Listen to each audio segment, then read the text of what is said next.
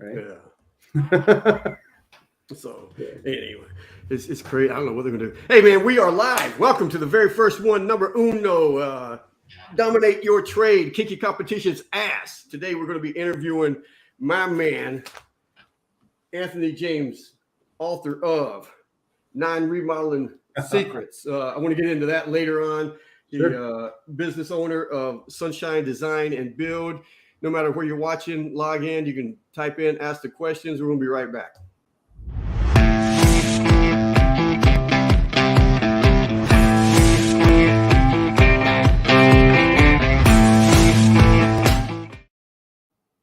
Hey, did you see that, Anthony?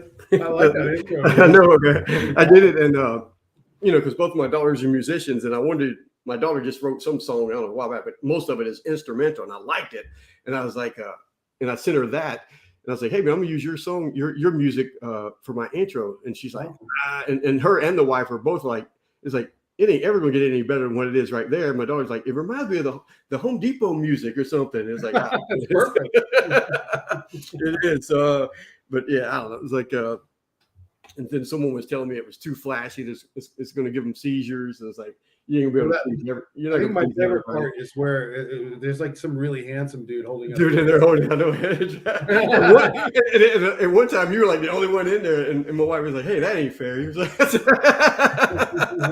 "So, hey guys, Brian Adams here. Brian Adams, the contractor's contractor. I like to say, helping contractors build a better business. If you have to be there, it's not a business; it's a job.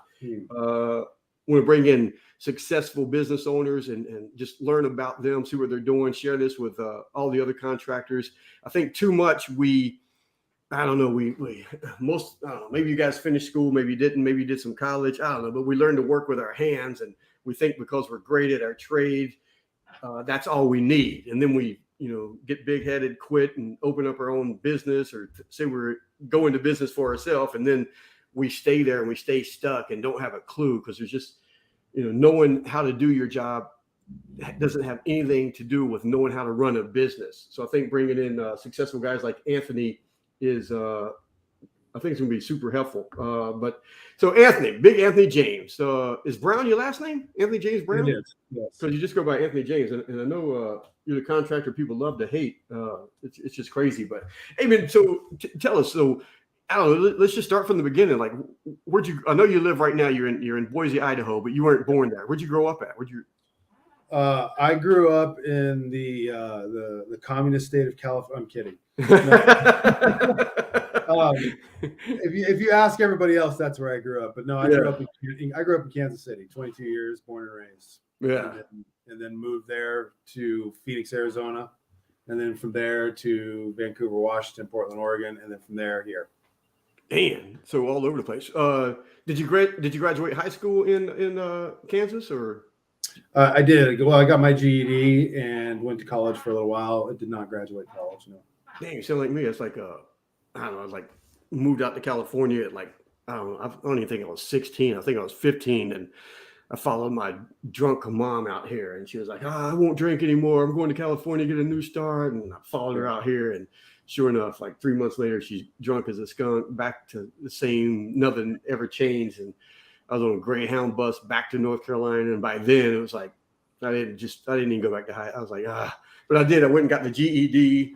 So I got the GED the same year I would have graduated. So I ended up at the community college for like, I don't know, I think I did a semester, which was probably, I don't even think it was 6 months, but, I got someone helped me fill out the paperwork. So I got all the money for free. And then I got a chunk of change for the books and stuff. And I probably had like $400 or $500 left over. And I was like, damn, I could do this for a while. So, and I barely made it through that, because you had to keep a stupid GPA, your grade point average up. And I wasn't even doing that.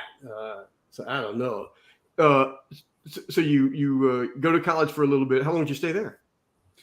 Yeah. So, I mean, ultimately the backstory on that was, as a young kid, I got in a bunch of trouble, got into drugs when I was really young, and got into some trouble over it. And by the time I got out of trouble, I was, I had missed out on an X amount of school, and I had gone to school in these placements they put me in as a youth, but Mhm. what the schooling they provided wasn't enough. So here I am, I'm a senior in high school, so I think, and the counselor comes to me, and he's also the wrestling coach, and he's like, "Hey, man, I need to talk to you about, where you're at with your credits. I'd really like to see you stick around because I would like to see you join the wrestling team, yada, yada." He Yeah. goes, long story short, though, you need to go to school for another year and a half to graduate. And I was like, no. Can't do it. So, and I mean, it's not like I got bad grades. Yeah. I mean, in school I always did just enough to get by because it wasn't what interested me, and so I got my GED at that point. I literally looked at him and I laughed and I was like, "Yeah, thanks, man." Walked out the door, went down to the community college, took my GED, and I did so well on my GED that they gave me a scholarship. Damn. Good. And so I went to school for probably about a year Yeah. and just kind of milled around. I had no idea what the hell I wanted to do with my life at that time. And I was like, man, I don't even know what I'm doing here. I don't know what I want to go to school for. I just felt like I was wasting my time. Yeah. And so I was there. Basically, long story short, I was in college for about a year. Yeah. Hey, but what was home life like during high school?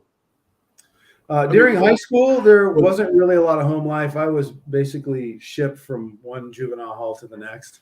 Yeah. Where was mom and dad at? That was in Kansas. Yeah. I mean, but were you living with mom and dad? Were they around? Were they in your life? My mom was. My aunt and uncle were, that I mentioned in the book. Yeah. And my dad lived down in Phoenix. So, and that's kind of one of the things I did after I, kind of quit college, is I went down to Phoenix for a while, and that's where I got caught up in the construction industry. Yeah. But, I mean, the home life was pretty much non-existent. I mean, I was, for lack of better words, I was a little shit when I was growing up, man. But honestly, I'm glad I got into trouble young. Yeah.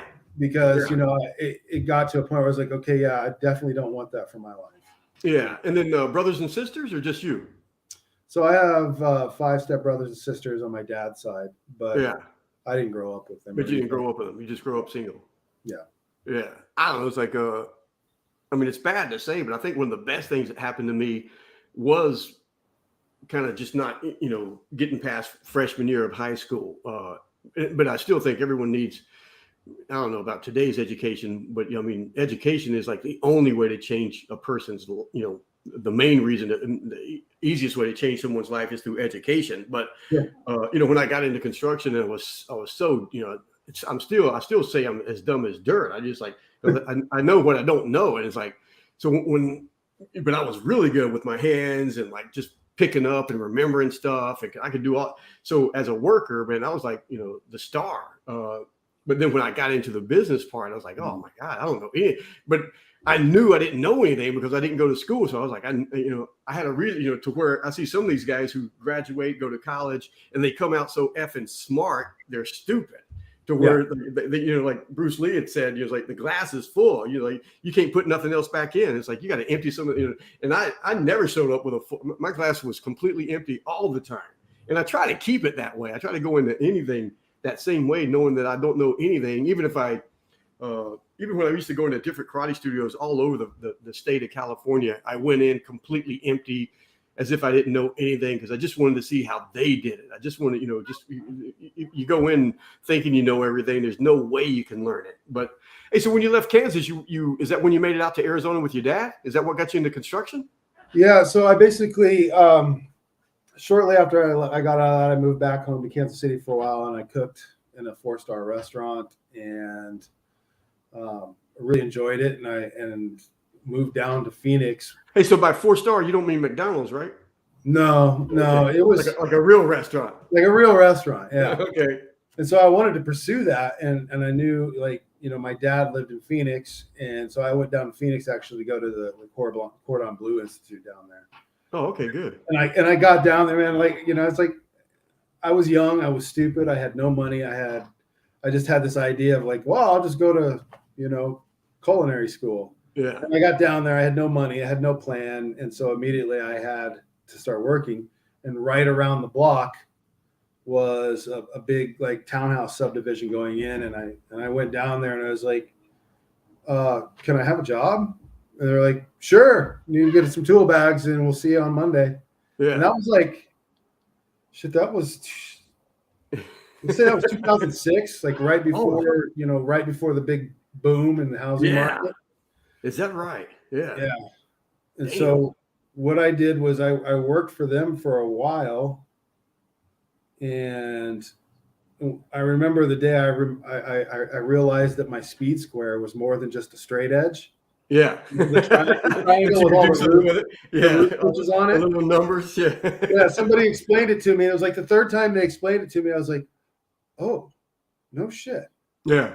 And so I was like, hey, can I go cut in that roof? And they're like, can you do that? I was like, I don't know yet, but I think I can. They're like, well, go give them a shot. And so I started cutting in roofs, and I started realizing what I was doing. And I was like, hey, can I have a raise? And they're like, no. I was like, hey, but at least you were smart enough to ask. Yeah. And so I quit. Right there on the spot. And I went literally a block down the road to the next subdivision. And I was like, yeah, I can cut in roofs. Like, how much do you make? $1 an hour more than I did at my last job. Yeah. And they were like, okay, cool. Good. So I went there for a little while. I asked for another raise, and I kept on doing that and doing that. And was it fun? I loved it, man. Yeah. I loved it. I hated the 120-degree weather, but I loved cutting in roofs. Yeah. It definitely was manly, Yeah. And I say manly as in like, because man, when I got into construction, I was doing, the stupid McDonald's thing, but man, at the end of the day, you had accomplished something. Yeah. So, and I never had that growing up as a kid. So at the end of the day, I felt good. I was, held my head a little bit higher, even though I was fucking, sweaty and dust and saw dirt all over you and in your nostrils, and you're picking sawdust boogers out on the way home and all of that. But you felt good because you worked hard and you were sore and you freaking, your knuckles were freaking chapped and bleeding and all of that crap. Climb down off a ladder at the end of the day, turn around, and there's all these hips and valleys, and that you cut in, and it's like, bam, it's like, yeah, I did that, Yeah, it is. It's like, so for me, I was like, because that's the problem with, I think most of society today is you just can't fake self-esteem. It can't be given to you. You have to earn it, no matter how much your parents love you or any of that other shit or how the government wants to treat you. It's that you just can't fake it. You have to do that shit, man. You have to bang your knuckles up. You have to hit your thumb, all of that stuff to feel good about yourself. So, but you didn't just leave there and start Sunshine Design and Build. How long did you stay in construction? I've been in construction ever since. Ever since? Yeah. And so I knew that I knew probably around the age of 26, 27, that as much as I love framing, that's a young man's game. Yeah. Hey, so let me ask you this though. When you quit that first job and went down the street and said, hey, I can cut in roofs, and you got that raise that you wanted, at that point, did it cross your mind, or did you think, oh man, yeah, I can open a business, I can make something of this? No, it never crossed my mind until I quit doing that. And so at that age, I realized that I didn't want to break my body that hard, at least. Yeah. And so the revelation, like back then, I remember, it's like $15 an hour back then was pretty good money. Yeah. And I remember when I first hit like $17 an hour, and I was like, yeah, man, I'm really moving up in the world, Yeah. And then the tax man hit my first paycheck, and I was like, wait a minute, I'm making less take home than I was when I was at 15. What the? Yeah. Money. Mm-hmm. And then my boss explained it to me. I was like, well, let's screw that. Mm-hmm. And then right after that, I started. I started looking for a different way of making a living, and believe it or not, for about a week, I sold frozen meat off the back of a truck. That didn't last long. it's like it helps you in the communication industry. I mean, it's like you got to talk to people, which is. I tell you what, one of the most valuable lessons I ever learned in sales was at that week-long stint of selling frozen meat off the back of a Nissan Frontier. Yeah. So I did not want to do that job. I knew pretty quick on that I didn't want to do it. And what we were doing was we were literally going door to door, going, "Want to buy some meat?" Yeah, right? yeah. And I got to the point with it where I just was like, one day, because when you go out with them, you're going out in their company vehicle and you're stuck there for the entire day. There's no getting back unless you walk away and go down to the bus line and go home, right? Oh. And so I just said at one point, I was just like, screw it. I'm just going to have some fun with this. I'm going to start messing with people. Yeah. Hey, what's up? Got a bunch of meat on the back of my truck. I know you want some of that meat. You know, just being really ridiculous. And people were laughing and stuff. Yeah. But because at least then you could hold their attention and maybe got a chance. Yeah. Because I know when the dude knocked on my door, his whole thing was like, "Hey, I had 3 deliveries in here. The third delivery guy wasn't home. I got all this meat. Don't want to take it back to the thing. It's like I'm gonna cut you 50% if you want to take it, so I don't have to take it back." And I was like, "What? Wait, what?" Yeah. And I was like, "Wait." And then he went into his spiel, and I'll probably end up buying the damn meat, But and then when he left, I went, "Wait a minute, that dude's doing that shit to everybody on the block." Well, the biggest thing that I learned was to kind of just get over that. I don't know, that contrived, like, I'm trying to sell you something, please buy it. And the moment I stopped really giving a shit and started having fun with it, like, I actually started selling some meat. And I was like, yeah. But right after that, I found another job. I got hooked up with a buddy of mine who was installing windows, and I learned how to install windows. And so I've always been really smart, and I've always caught on to things that interest me really fast. Yeah. But I caught on to this window thing, and I really enjoyed it because there was an element of finished carpentry in it where I could, and what I really liked was that it was per opening, right? And we started getting really good at that shit. And we were knocking out tons of windows a day, and I was making twice what I was making framing. And I was like, huh. So the first time I thought about going into business was when I kind of broke past with that guy who I was working for doing that, because he was giving me a percentage of his piece rate. Yeah. I'd never worked for a piece rate before that. I didn't even know what it was. Yeah. When he explained it to me, I was like, huh. And I'm getting how much? Yeah. Right? And I'm doing the numbers started clicking. Yeah. And so I basically, at that point, he was getting close to retirement anyway. So I went to, the manager of that company, and I was like, hey, what is it going to take for me to do this? Yes. At what Jim's doing. Yeah. Like, well, you just need to do this. You need to get a truck, you need to get a trailer, and you need to have these things in place. I was like, that's it? And they're like, yeah. I was like, cool. I'll see you next week. Damn. And I remember my first check. Back then, when I thought $17 an hour was a lot of money. Yeah.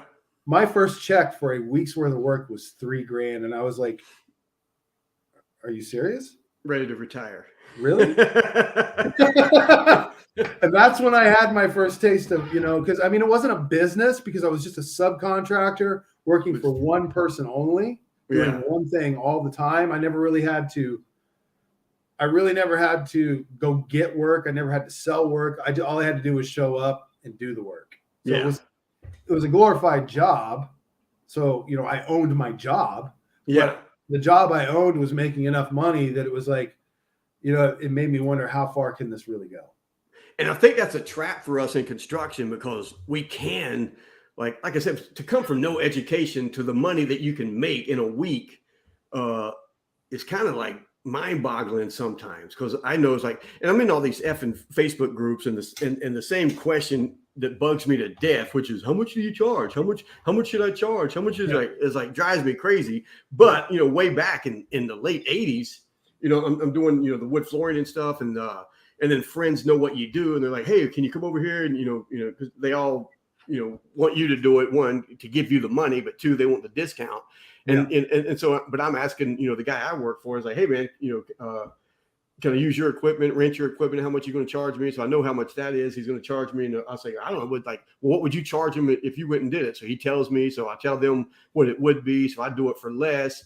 But then, like you said, you work Saturday and Sunday and you go, oh shit, I just made more money on Saturday than Sunday than I would have made in 2 full weeks. Yeah. And it kind of gets you salivating a little bit, going, damn, wait.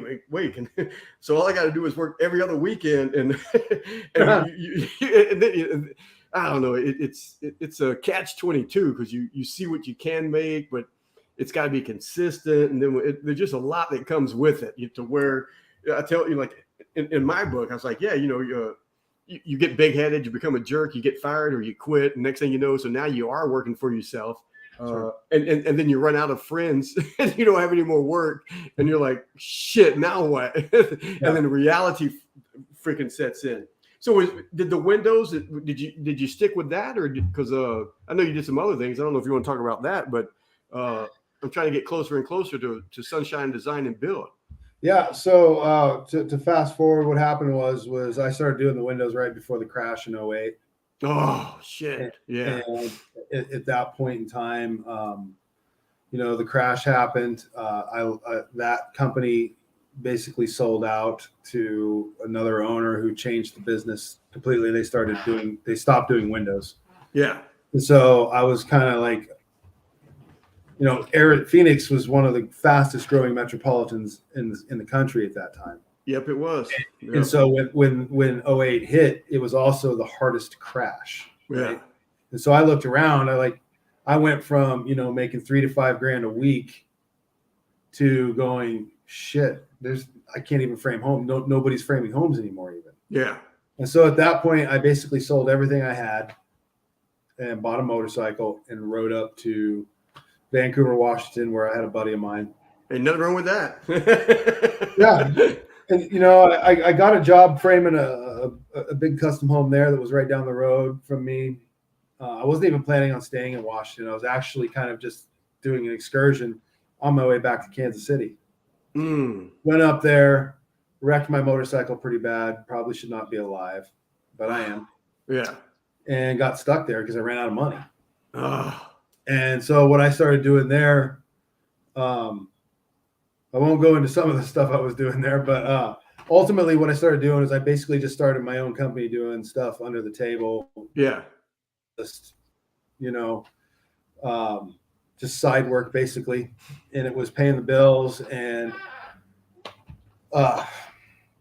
it was cool, but it wasn't really, it was mainly just me just kind of figuring out what the next step was going to be. At that time, I still hadn't decided to start any business. Anything. Just living week to week. Just making sure money kept coming in so you could pay the electric bill. Sure. And I mean, at that time, even scarce was still work was still scarce then. So at that time, it was mainly just me getting out of the cave, knocking something over and dragging it back. Right. Yeah. And so I was just doing what I could to survive. And long story short, I met Brenda, and she got a position out here. And out here meaning Idaho. In Idaho. Yeah. And it was kind of one of those things where it was like, well, I either stay here and our relationship ends, or I go out there and see what opportunities are out there and continue my relationship with her. Yeah. So I came out here, and there was a great opportunity for, like $25 an hour to do. And what year was that? 2009, 2010? So we've been here 9 years now. So this is 22. Yeah. So this was in 2012, 2011. Yeah. 2012. Yeah. And so I came out here, and in order to get that job, I had to get a contractor's license because he wanted to 1099 me. Yeah. So I got my contractor's license and basically owned my job again. And I was like, this is just stupid. It's stupid. And so I decided to start my own business. And that's kind of, long story short, I didn't start Sunshine Design and Build. I started another company. I couldn't get the DBA. I couldn't get an LLC. I couldn't get a domain name for a website and that. Yeah. So I changed after about 4 years of being Woodcraft Creation. I changed it to Sunshine Design and Build LLC. And So was that the original wood? What was it? Wood design? Woodcraft Creation. Woodcraft Creation. And it was. I might as well have called my company John Smith's Construction. Yeah. You know what I mean? Yeah. It is. I mean, like in 2008, the crash, 2007, 2008, and unfortunately, I think we got another one coming pretty soon. But it put a lot of people out of business that shouldn't have been in business, in the construction industry. But, I tell people, it's like, I just, I was fortunate enough to had start my second and third company before that, but I knew enough about the internet and Google and websites to where when it crashed, the phone kept ringing because, everybody goes to Google to look for somebody to do something, and all the homes that were being foreclosed on were being bought up by investors, and they needed remodelers really, because, people were leaving these homes, but leaving them, with freaking, just taking sledgehammers to the drywall and skill saws to the floor. Toilet. Yeah, exactly. Yeah. And it's like, so, so they're getting a screaming good deal on these houses, but they had to be fixed before they could even, try to turn them around and do a profit. And I was one of the few, floor guys on the internet. And so, I didn't have to, because investors like that, man, they usually want to pay like pennies on the dollar. And I was like, no, man, it's like, get someone else. There ain't nobody else. No shit. They're all out of business. Yeah. So it was okay for us, but a lot of my buddies got hurt. And then a lot of guys got, put out of business that shouldn't have been in business anyway. So it kind of weeds, people out. You need the highs and the lows. Yeah, you do. So when did you decide to change the name to Sunshine Design and Build? And was it just you? Would you have somebody helping you? No, as in labor wise. At that point in time, it was just me. I mean, I had a helper here or there. I would sub out an electrician or some mechanical trade if I needed to. But for the most part, it was just me doing everything, wearing every hat. Yeah. It was shortly after I met you, because we've known each other now 5 years. Yeah, because I remember when we first met, you were telling me you were running radio ads, and I was like, damn. Yes. How's that going? If you're watching this, don't waste your money. Yeah, it's like, man. It's like, I don't know. But yeah, how to waste thousands of dollars. Right? But at least you're on the radio. I'm on the radio. And it was at the worst possible time, too. It would be like 3 times a week at like 2:30 in the morning when it wasn't even a radio ad. It was like, Sunshine Design and Build would like to remind you not to drink and drive. Oh, man. Oh, man. They promise you the world. It's God, I don't know. It's like, it's a jungle out there. It's just weird. And unfortunately, I mean, and that's why I want to do these podcasts and stuff, because I think we all have a similar story, and like no one's telling the younger generations and the old dudes, fuck them, they're gone. They're too headstrong. They're just, it's like, honestly, man, if you're past 45, turn this shit off. You're over 50. It's like you just can't get through to them. Like, I've been doing this forever my way, and I was like, all right, good for you.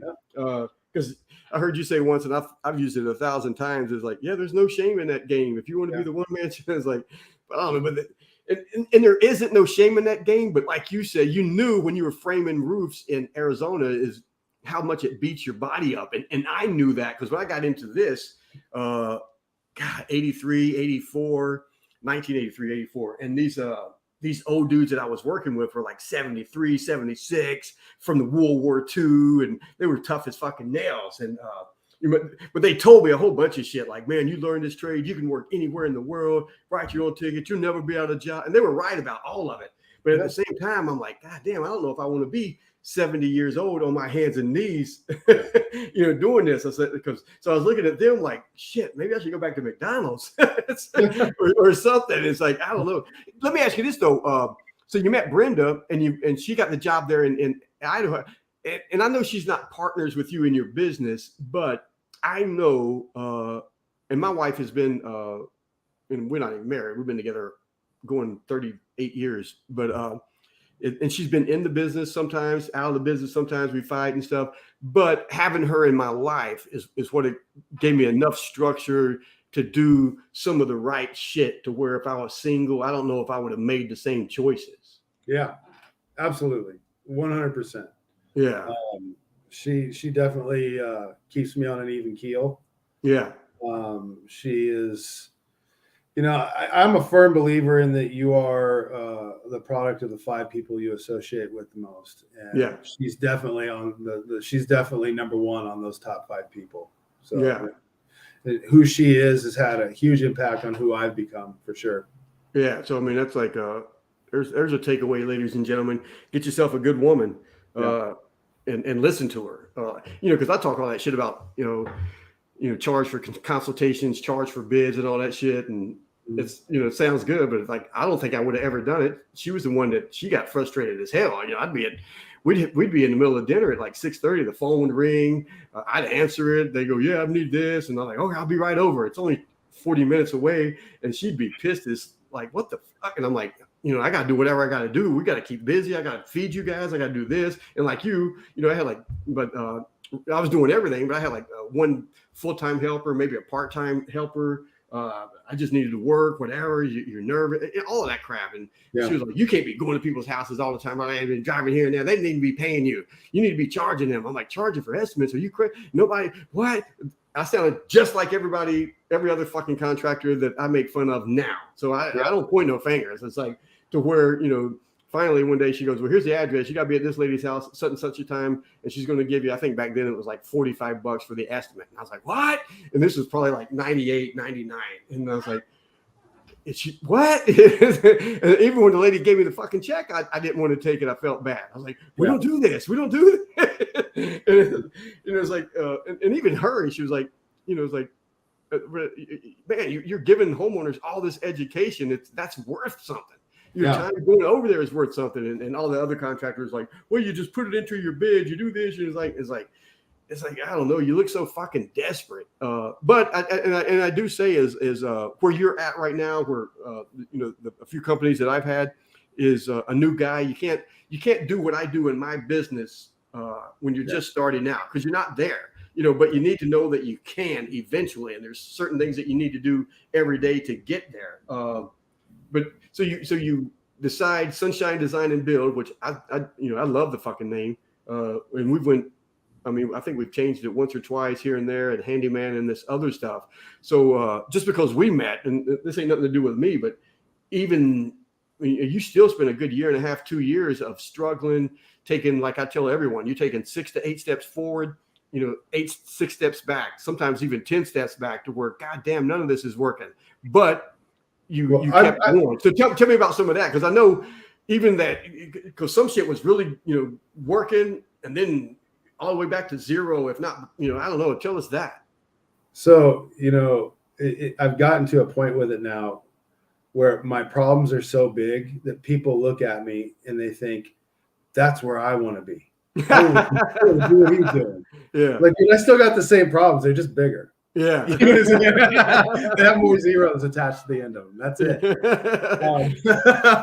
But yeah, ultimately, that was one of the things that I got to say that I'm really appreciative to you about, for really kind of showing me and opening my eyes to, was like, when I met you, I wasn't charging for consultations, or I wasn't charging for estimates. And I struggled with that. Yeah. And ultimately, you're right. If you're just starting out and nobody knows who you are, you charge people for an estimate, forget about it. Yeah. But one of the things that you and I have worked on really well that has helped me get to where my problems are bigger problems than they used to be, which is a good thing. Yeah. Because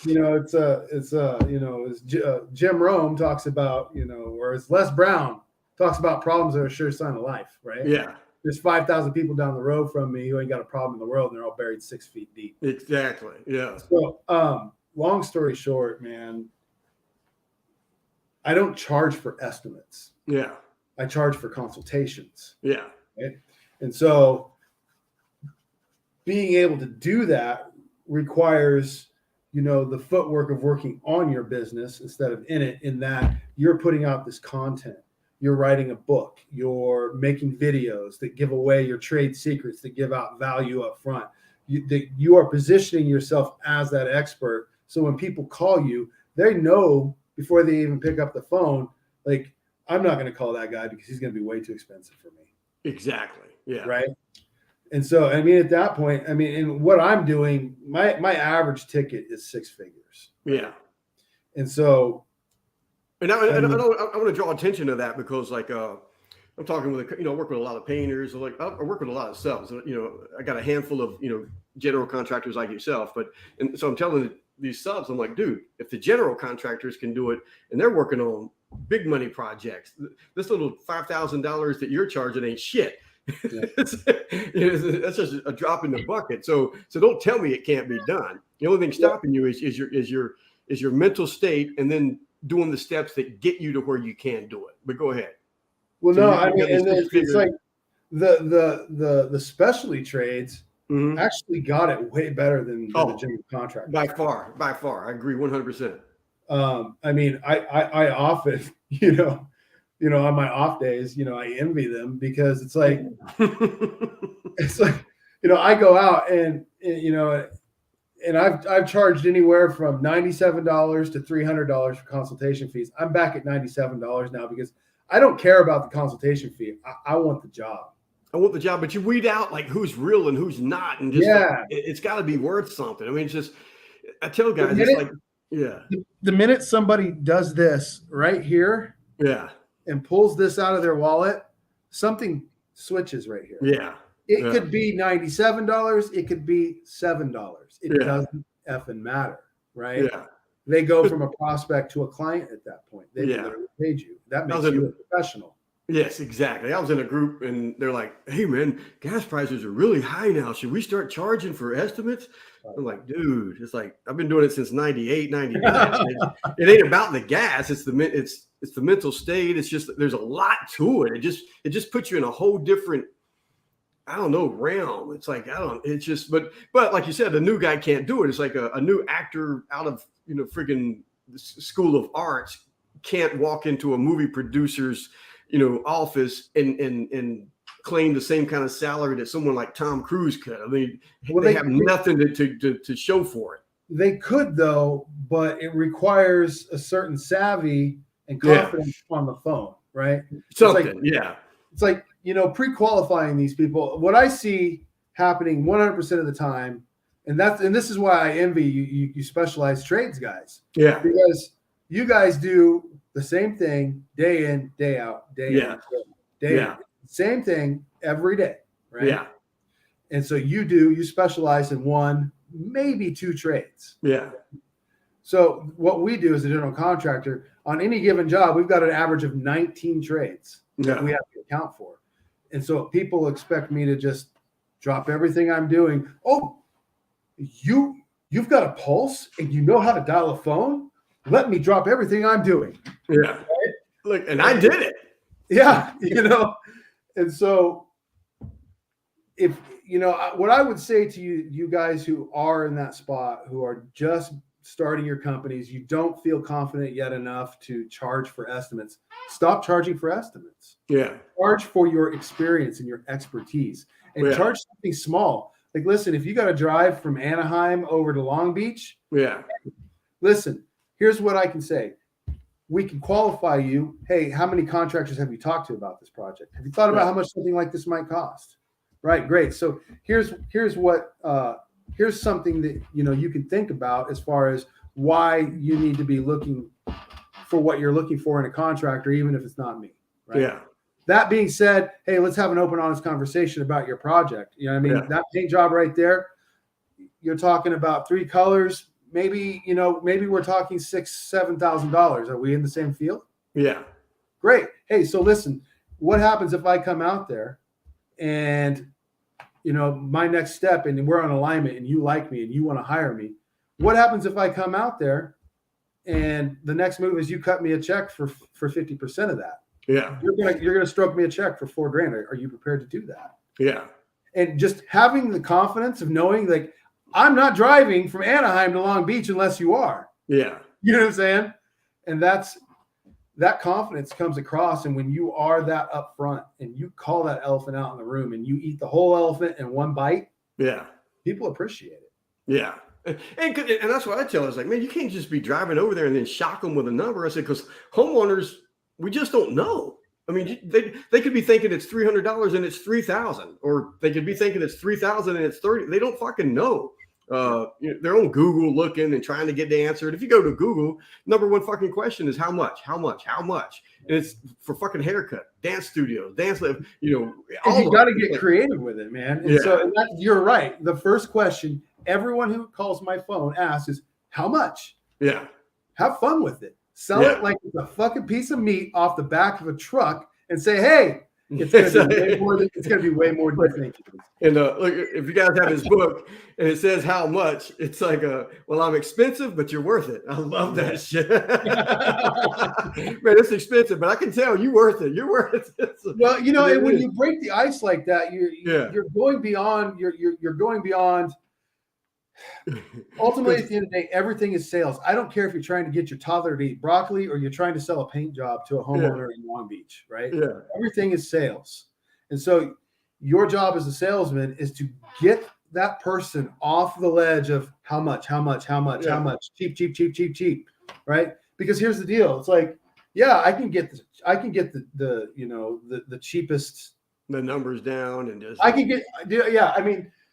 can get the cheapest cut of meat off the back of a truck. Yeah. Or I can go down to Ruth Chris and I can spend what I would spend for a week's worth of meat off the back of the truck on one meal. Yeah. Like, what do you really want? What do you want? Exactly. And what are you trying to actually sell? Yeah. And so what I really love about, Jordan Belfort's stuff is like, you've heard the famous saying, it's like, hey, sell me this pen. Yep.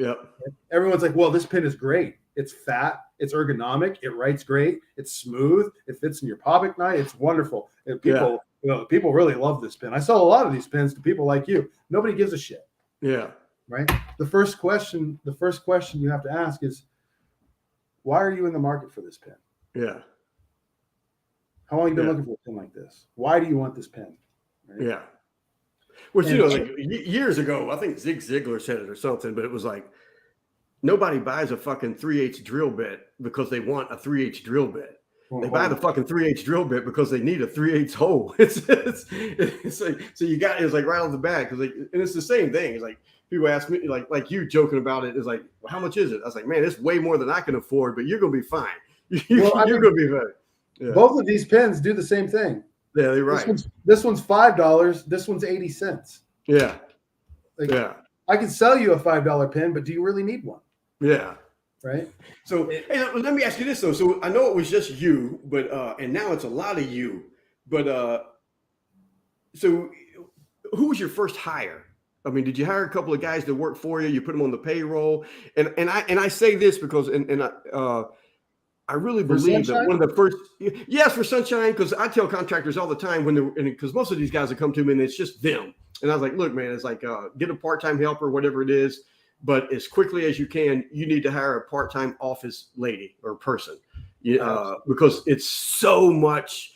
You got to get that weight off of your shoulders, immediately. And you can't do everything. And right now, the way you get paid is by performing in someone's house with these. So and I understand that. So but all that shit that's going on in the office and all that shit that needs to be done, if it's not being done, you're never going to get ahead of the fucking 8 ball. But I don't know, who was your first hire?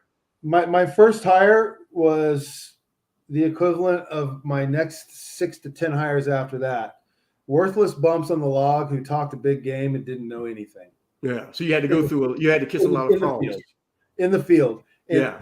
And I absolutely 100% agree with what you're saying. And I did not realize it because it's counterintuitive. Yeah. I was not able to actually start becoming efficient at what I was doing. Mm-hmm. I was still wearing too many hats. Yeah. The moment I hired an assistant to just answer my phone. Yeah. And maybe file some paperwork, take some notes. Weed out all the questions. If you talk to a homeowner, they'll keep you on the fucking phone for an hour or more. And it's like, no, just have someone who don't know shit say, okay, well, get the questions, let her or him get the questions and and then you can give them the answer and they can get back to them. You can't be on the phone with everybody because you're working with these to get some money coming in. You're literally, even if it's just you, you are still the White House. Yeah. People should not call the White House and demand. I say that all the time. It's like you should be too important to get to. It's crazy. So I don't know. So you kiss a lot of frogs to get some people to work. Because I know at one time we got your phone ringing and you almost had too much work. And so one problem's gone, which creates another problem. And I tell everybody, you got to be ready for that. It's like as soon as you put out one, you fix one problem, that just creates 2 more or 3 more challenges, if you want to call them. I don't give a fuck what you name it. But there's going to always be something. And each level gets you to the next level, which is harder and harder. The higher you get to the peak, the harder it is to fucking climb. And that's just part of being business. Your income is always in direct proportion to the complexity of problems you can solve and solve for other people. In other words, serve them. Exactly. So do you end up with a crew, a couple of crews? What do you got going on? How do you get to be Anthony James where you are right now? So that's a great question. So I have another mentor of mine who I went down to his event in Florida not too long ago. And I've been slowly trying to model my business after his business model. And so I am to the point now where I have maybe about 2 more weeks before I will have no field employees, period. Everybody's going to be subcontractors. Correct. Okay. My project management will be subcontracted. My project coordination will be subcontracted. I've got 2 in-house drafters right now. One of them I am going to start. I'm going to send him through ASC certification school, and I'm going to start an architectural firm with him.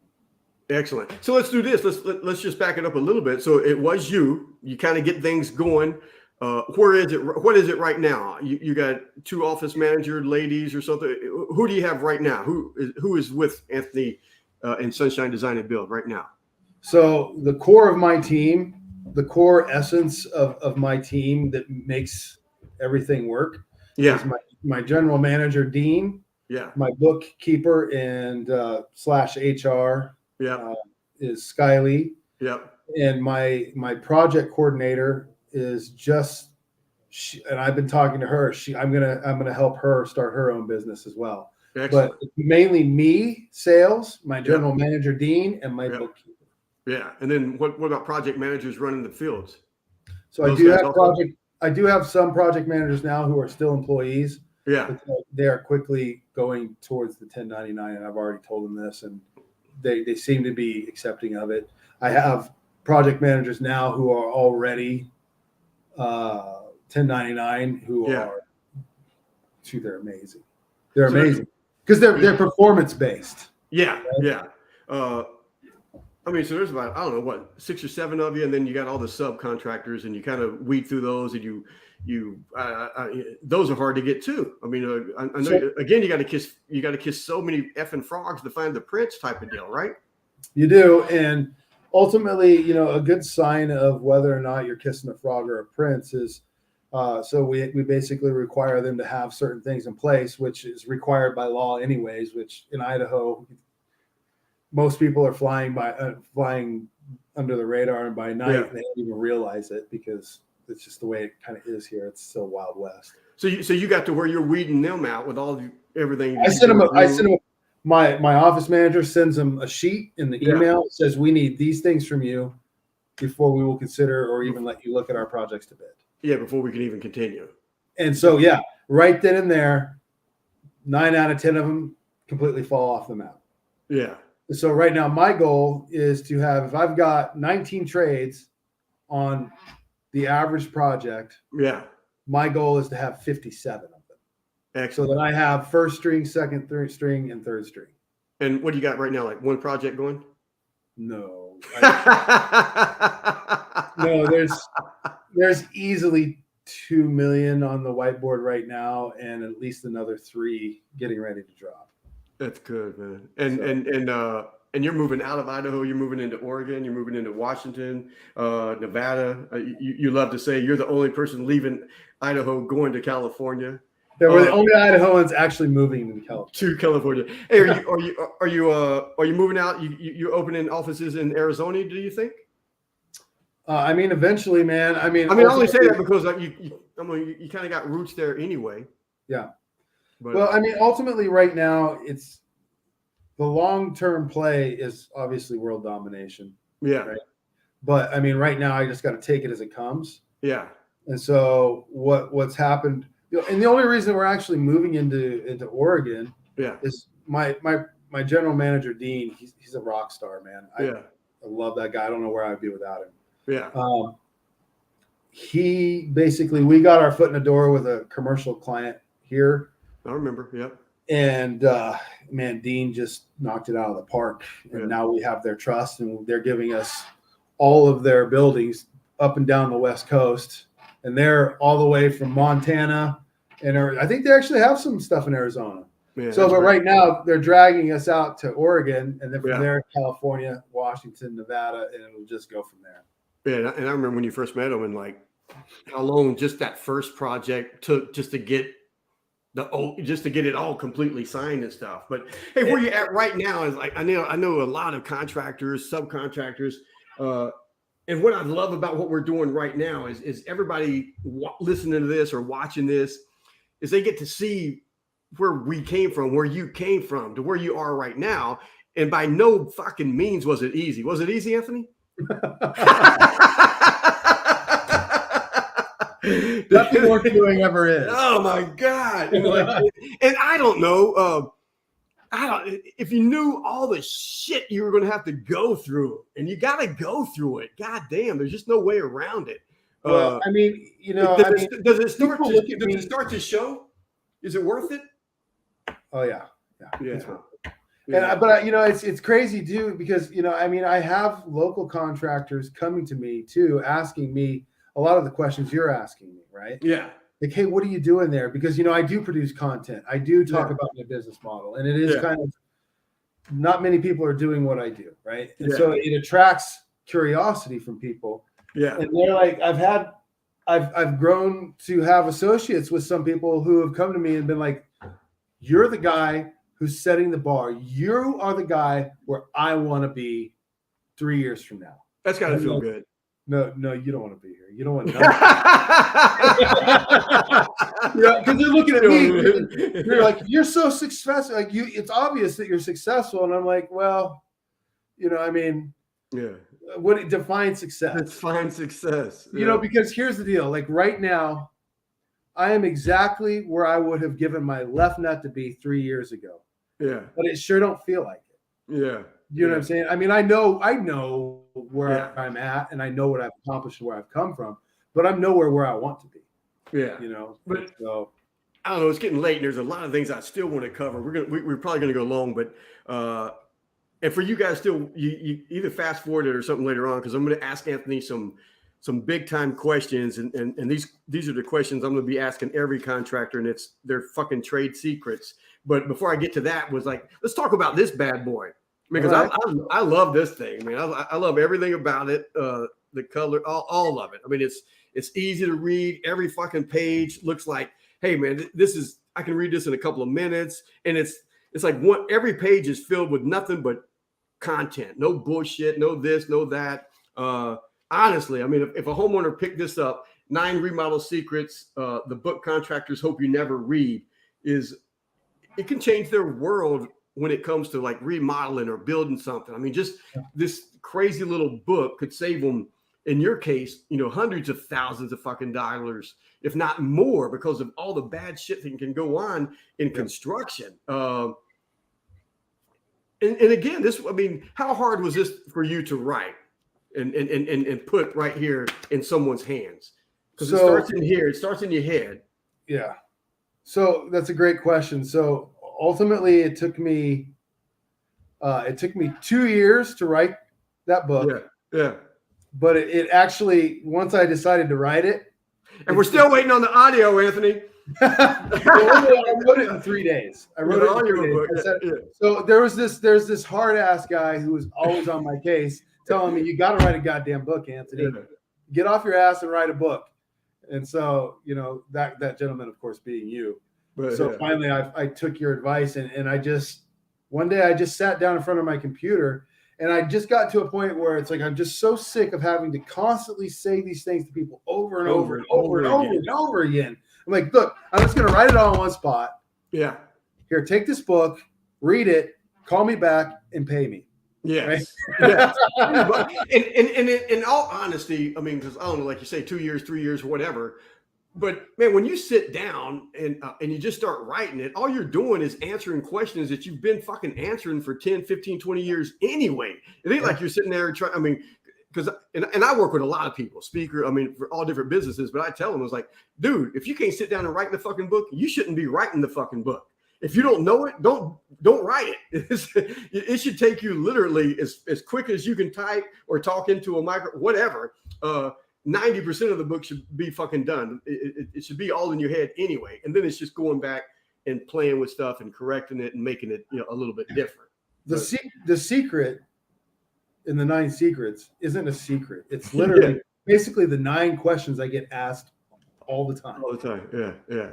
And so here's the answers. You know, that's the secret. There's no secret. Because I'm right in the middle right now of writing dominate your trade. And it is. It's like as quick as I can type, it's just all the shit. And it started out, I was just going to do all the internet stuff. And I'm like, well, fuck, it ain't all about the internet. I'm gonna go back and do all this. I'm gonna put in it all the stuff that we used to do before the internet, because all of that stuff is still relevant. It's just, and it really is how you dominate your trade. And I don't care what industry you're in. When all that stuff you're constantly trying to pound into other people's heads. Yeah. So like you, I'm going to go, hey, just read the fucking book and pay me. Don't make me keep answering. But oh man, I mean, it feels good to hold this in your head, right? Well, Brian, it feels really good. In fact, I got there all the way across the room, but I got to say, man, I really appreciate you kicking my ass into gear on that, because I mean, now it's like, well, now I got to write another one. Like it just spawns more ideas. It spawns more. And I think going back to what we were talking about earlier, like, charging for estimates. Mm-hmm. So one of the things I'm doing now, it's just like, hey, if that client isn't willing to pay me a consultation fee, it's probably not going to work anyways, because if they're not going to spend $97, they're not going to spend $9,700. But talking about going that extra mile, right, and always giving more than you working harder than you are worth, so that you can become worth more. Yeah. What I'll do is, like, if I'm talking to a person and I know they're not the right fit for me, I know they can't afford me, I know they're not going to pay me a consultation fee. Yeah. What I do now is I will literally say, hey, I tell you what, here's what I'm going to do. I'm going to send you my new book. I normally charge $27.99 for it. I'm going to send it to you for free. And the only thing I ask in return is that when you read it, if you like it, I'm going to send you a link. Give me a review on it. Yeah. And so, I mean, I've had like 2 or 3 people read it and just leave me a Google review based on that. I mean, that's the stuff that sets you apart from everyone else who's just, I'll rush out because you got a pulse and a phone call and I'll give you a estimate. No, it's and I don't know. It's like the way you're raising the bar for the construction trades and stuff is like, man, I'm trying to help these guys out. It's like, I don't know. It's like, it's just, life can be whatever you want it to be, but we get stuck thinking, because man, when you're spending 60 to 80 hours a week, working with your hands, answering the phone, doing the bids, putting out the fires, listening to your little part-time helper cry because he's freaking hungover and can't come to work, and it's like, and then you hurt yourself, and now you can't, produce as much as you could before. So now you get backed up on it. It's just a bad way to go through life. And if you're going, and there's no shame in that game if that's what you want, but don't say to yourself mentally, that's what you want, because you can't do, because you don't think, you're scared to tell people that you want more. And I think that's where a lot of people are at, is like, they don't want to admit that they want more. And I'm like, fuck it, man. Even if you don't make it, it's like, at least admit it and try or something. But Well, our industry is, I think our industry in particular is very prevalent with individuals who, in that regard, spend their entire careers tripping over dollars to pick up pennies. Yeah. Oh man, it's so true. It's like, and I mean, you got Brenda, you got the dogs and stuff, and I got daughters, and I mean, but most of us, you know, in the trades, we've got family, and if I've said it once, I said it 1,000 times. We get to brag and go, "Oh man, I'm making all these sacrifices, you know, for my loved ones." And I'm like, dude, it's your loved ones that are being sacrificed. Yeah. You know, that you're not spending time with them, you're not seeing them, you're not hanging out with them and stuff. It's like, as soon as I'm finishing this podcast, we're going, I don't know, about 40-minute drive down the street to San Juan Capistrano. I'm gonna sit right next to the fucking stage, have a great dinner, and listen to the hell's his name, Kiefer Sutherland play music in his band. Oh, he plays a band? He's got a band. No, it's no shit. My daughter's like, he's got a band. I was like, yeah, we're gonna go watch him. And so that's gonna be cool. But I mean, there's more. It's like, man, there's more for life if you want it. But hey, man, so here's all the nuggets. I mean, here's what everybody really wants to know. It's like, I'm gonna run through them and then we'll go back through them. But I'm just like, you know, where do you get your leads from? How do you answer your leads? Like step 1, step 2. How does it go from a lead to a project? So let's start with like, where do you get your leads from? Is it, you know, because on the internet, everybody's going to say word of mouth is the best advertising. Matter of fact, that's all I do. Yeah, that's great, but it's impossible to scale. The majority of my leads come from Google. Yeah, I run a pretty extensive Google ad campaign. I do. I'm involved with different networking groups, Chamber of Commerce. I get out as much as I can. If somebody invites me to coffee, I go out and I shake their hand. I say, "Yep, great to meet you. What do you do?" I show interest in them, and so getting out and just meeting more people is a huge thing. But I would say between Google and networking marketing, that's where most of my leads come from. How it goes from a lead to a job. There's so the phone rings or you get an email. Hey, we're interested in, you know, adding on to the, you know, a second story, adding on master bedroom, whatever it is. Yeah. So I mean, at that point, I'll spend about, you know, 5 to 10 minutes, you know, asking them about their motivations, asking them who else is the decision maker, right? How many, you know, is your wife involved? How does she feel about this? Can I talk to her? You know, and all the way down. I mean, there's a couple questions there, but I mean, the main ones are, what's your motivation? Who's the decision makers? And how much money do you have? Yeah. You know, and I don't really frame it like that. I mean, obviously I can ask better questions than that, but that's the gist of what I'm doing. Yeah. And I have that conversation right up front with them. And at that point, if I find out that they've only got $20,000 and they want $100,000 worth of work, I'm not even going to pitch to them. Yeah. I'm not even going to try and sell them. Yeah. I'll try and do you educate them and say, look, man, to be honest with you, bro, what you're trying to do here, here's what the real numbers are, blah, blah, blah, blah, blah, blah, blah, blah, blah. So you're falling about 60 grand, 80 grand short. And if someone tries to tell you something different, you know, you can fall for it or not. I don't really go down the road of telling people I don't like to tell people, well, if somebody tells you that, I'd be really wary of it. Yeah. I mean, just when people say that to me, it just kind of comes off wrong. Yeah. But what I will do is I will say, hey, listen, I will educate them on the process of major construction. Right? Yeah. This isn't like just replacing an HVAC system. This isn't just like sanding down some floors. Yeah. Not to mean those things. Yeah. I mean, it's just there's way more variables and moving parts in larger major renovations. Yeah. And what I will tell people is like, look, do you have blueprints? Yeah. No. Have you talked to your HOA? No. Well, here's the deal. You are not ready to talk to a contractor yet. Yeah. Right. You have a considerable amount of job and project development that has to be done before anybody can price this. Yeah. Right? And so they don't know unless they've read your book, they don't know. But so your first conversation with them is really just educating them on the, like you said, the process. And finding out if they're a viable fit for my company, if my company is a viable fit for them. Yeah. I mean, because it's a two-way street. And a lot of times what I'll do is I'll tell people, you know, like, hey, call 3 contractors, ask them about the price. Anybody who knows what they're doing should be able to have a confident, honest conversation with you right over the phone. Yeah. Ask them about their process. Ask them how they go from start to finish, step by step. Yeah. That's the one that's going to save you your most money. Yeah. And then ask them about their warranty. Yeah. Right. We happen to offer a 5-year labor warranty. And then after you talk to those contractors, just take me off the block. Just bring me out of the equation completely. I'm too expensive for you. But what I will do for you is you talk to those 3 contractors, you call me back, tell me what their answers to those questions were, and I'll tell you which one I would hire. Yeah. And so I think I got that from you.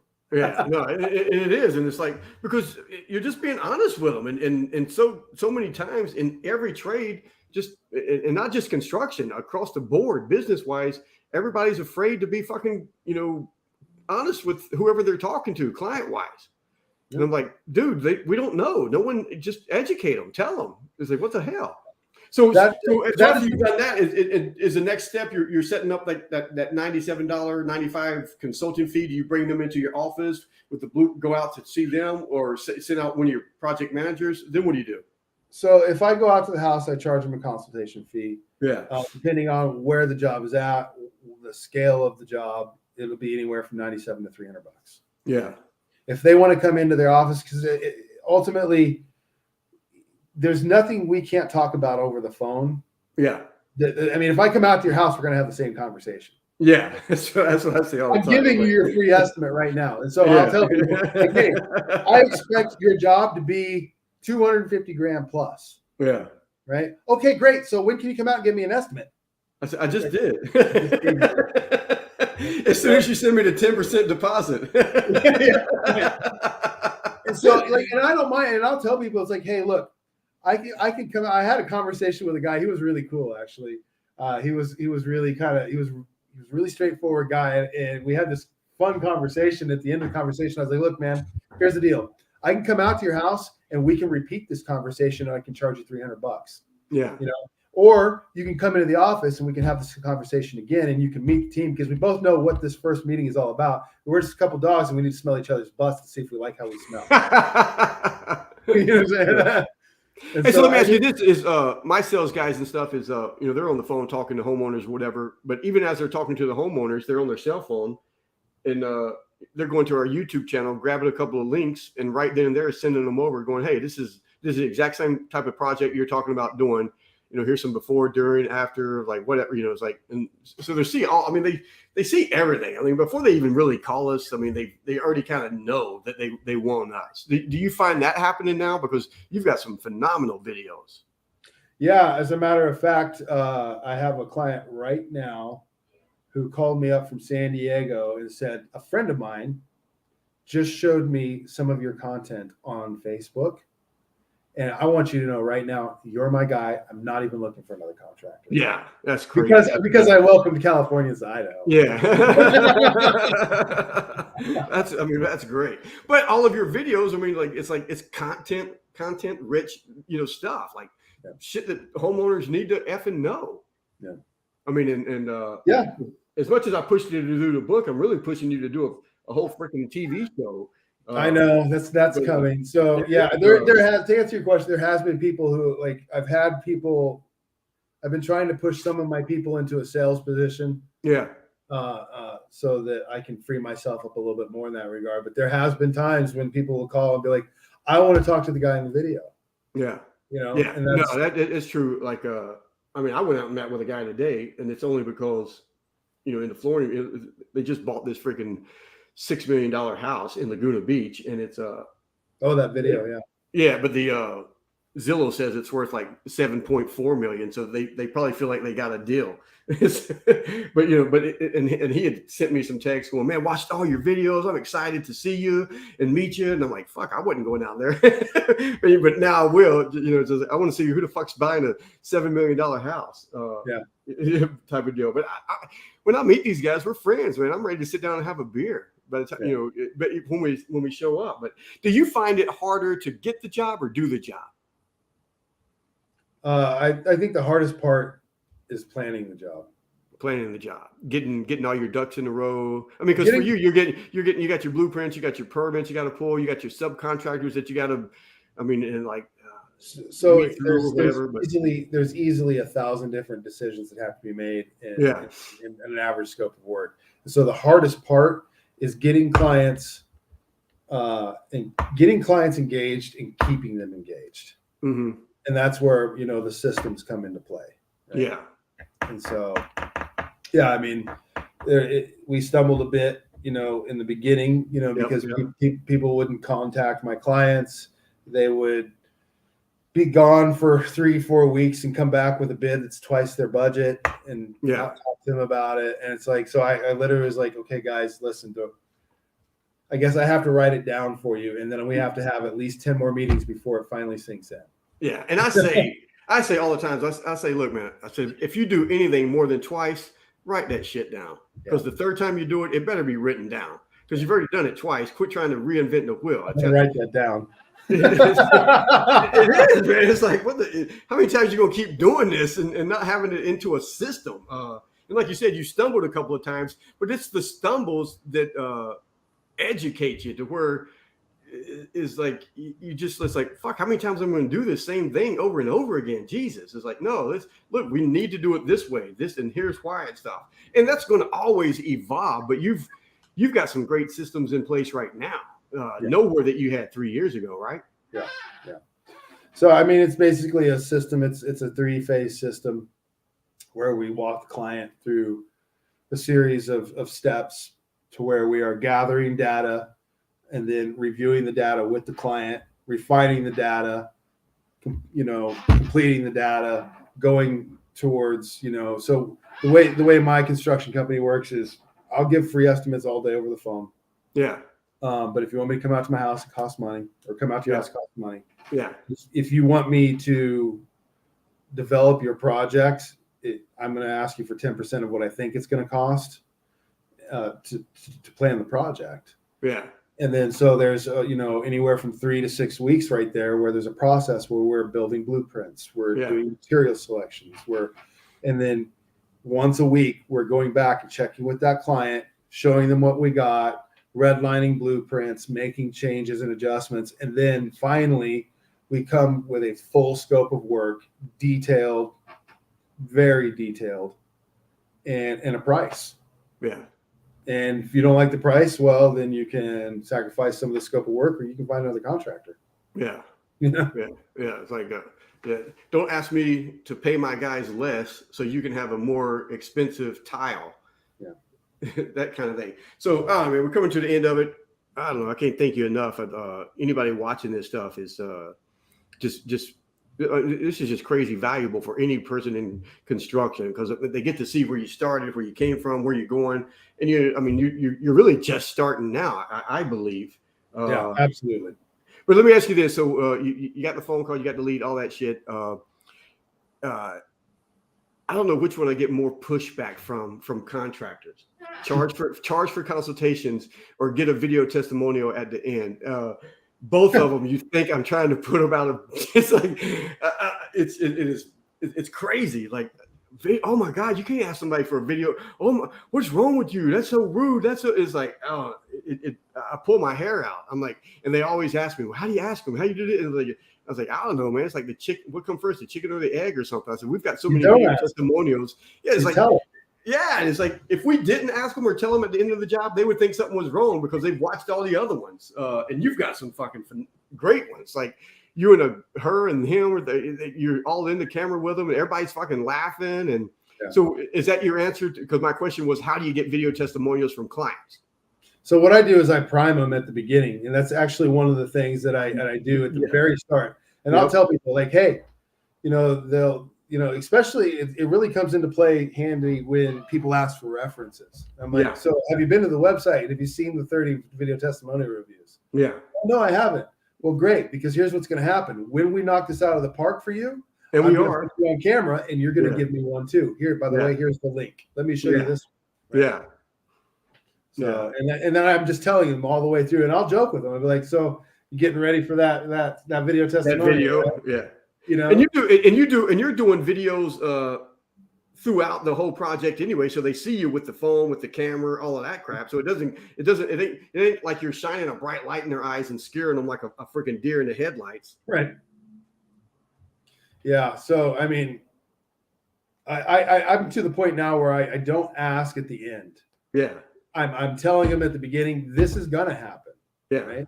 And then I keep reminding them throughout the job. Right. Or when I'm recording on the job, and they come over, I'm like, hey, Mr. Homeowner, what do you think about this? Yeah, we do that all the time. And they're like, hey, man, they jump in. Like, yeah, these guys are great, man. He says, they show up when they say they're going to show up. And it's like, but does it make a difference? Yeah. The video testimonials. Yeah, it makes a huge difference because, I mean, you were there that one day when the guy made a comment on my post about, like, you're probably that guy that, has to do this, has to do that. People, this, that, and the other. And you were like, that you're asking the wrong person, man. Because right below it, I was like, damn. I was like, because it was so stupid. I thought you set it up. Oh yeah, that's what it was. He was like, because I was walking down the street talking shit about quotes and asking quotes. He's like, oh yeah, well, why don't you post some videos of work you've done or people? People that are happy. And I'm like, dude, you just asked the wrong. Here's 10 videos of that, bro. Yeah. It's like, oh my God. Yeah, it's crazy. And because I don't know, back 80s and 90s and stuff, that whole presentation folder that I used to give with all this stuff in it and stuff. But every month, because we always gave them a sheet of reference of like 10 or 20 homeowners. And usually I would stack it, people in their neighborhood, or if I knew they were a police officer or a fireman or doctor, I would stack it with those kind of people in that industry. So they're reading references from people just like them in their same industry. And I would change it around every now and then. So they would be calling up people. So references have always been a big part of it. So in this day and age, not to have this and use it is just, to me, it's just mind boggling. It's just, I don't understand it. It's crazy because the value that it has is, there's no quicker way to build trust with someone you don't know than to have homeowners standing there with you, smiling and joking. And every one of them you can tell it's authentic. You can tell they're not fake or made up or any of that. Yep. And you're there on the project with them, looking at the decks and the this and the room and all the other stuff. It's social proof. Yeah, it is. So any last words before we get out of here, man? Again, just I know everybody watching this is thanking you. It's a journey. It ain't easy. It's worth it. Doesn't matter where you started from. Just depends on where you want to go. What do you say? You got last word, Anthony?